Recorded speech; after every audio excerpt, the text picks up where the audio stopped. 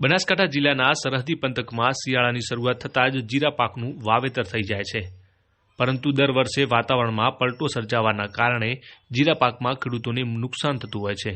પરંતુ આ વર્ષે આ નુકસાનમાંથી અટકાવવા માટે ડીસા કૃષિ વિજ્ઞાનના વૈજ્ઞાનિક યોગેશ પવારે માર્ગદર્શન આપ્યું છે. તે મુજબ જીરાના પાકમાં કાળજી રાખવાની જરૂર છે, જેથી વધુ અને સારું ઉત્પાદન મેળવી શકાય.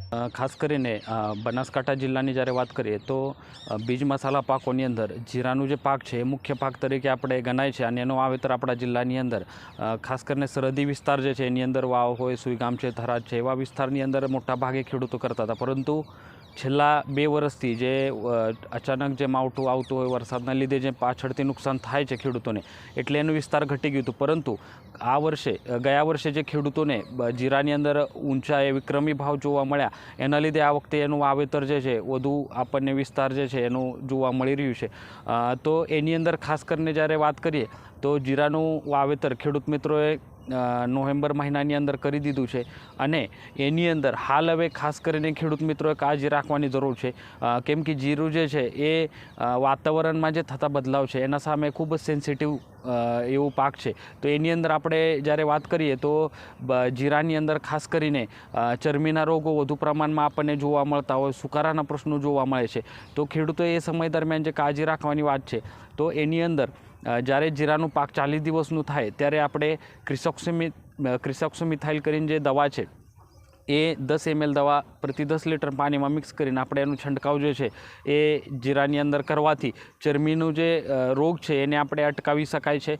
અને ત્યારબાદ જો ચરબીની વાતાવરણમાં વધારે પડતું ખરાબ આપણને લાગે તો એ સમય દરમિયાન 10 દિવસના અંતરે આપણે 10 દિવસના અંતરે એનું છંટકાવ જે છે દવાનું આપણે એની અંદર કરી શકાય. એમાં આપણે એ દવાનો છંટકાવ કરવાથી જે ચરબીના રોગો છે એને તમે અટકાવી શકો છો.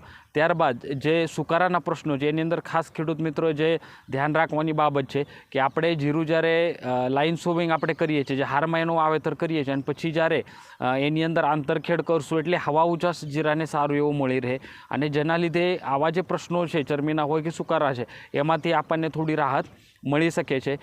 ખાસ કરીને રોગગ્રસ્ત જે છોડ છે જીરાના એને આપણે ખેતરમાંથી દૂર કરવું પડે છે અને ત્યારબાદ જ આપણે દવાનું જે વપરાશ છે એનું કરવાની ખાસ એની અંદર જરૂર છે.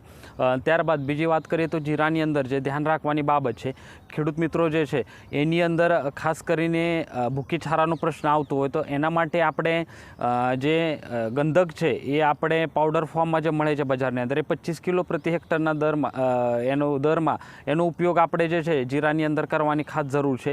જ્યારે પાક ઉપર જ્યારે ઠાર હોય એ વખતે વહેલા સવારે આપણે પાવડર જે છે એની ઉપર ડસ્ટિંગ આપણે કરવું પડે છે. તો એનાથી આપણને એને જે છે એ ભૂકી છારાથી રાહત મળશે. સાથે સાથે એનું જે છોડની જે વાતાવરણની જે થતી અસર છે એમાંથી પણ આપણે એને બચાવી શકાય છે. તો ત્યારબાદ જીવાતની જ્યારે વાત કરીએ તો મોલોનું જે પ્રશ્ન છે એ જીરાની અંદર ખાસ કરીને જોવા મળતું હોય, તો એ મોલાના નિયંત્રણ માટે આપણે જે જૈવિક પદ્ધતિઓ છે એની અંદર આપણે લીંબોળી તેલનું છંટકાવ આપણે કરી શકાય.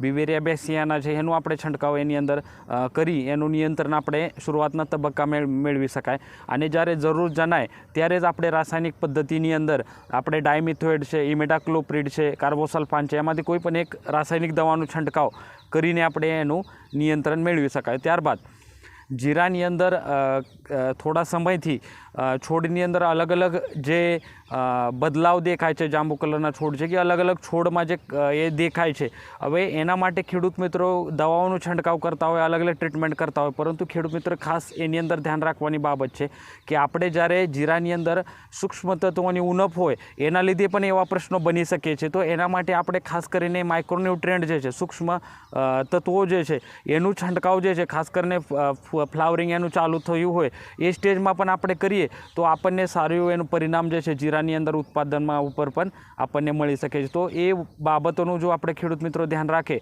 તો આપણને જીરાનું સારું એવું ઉત્પાદન મળી શકે અને ઊંચા બજાર ભાવનો આપણે લાભ લઈ શકાય છે.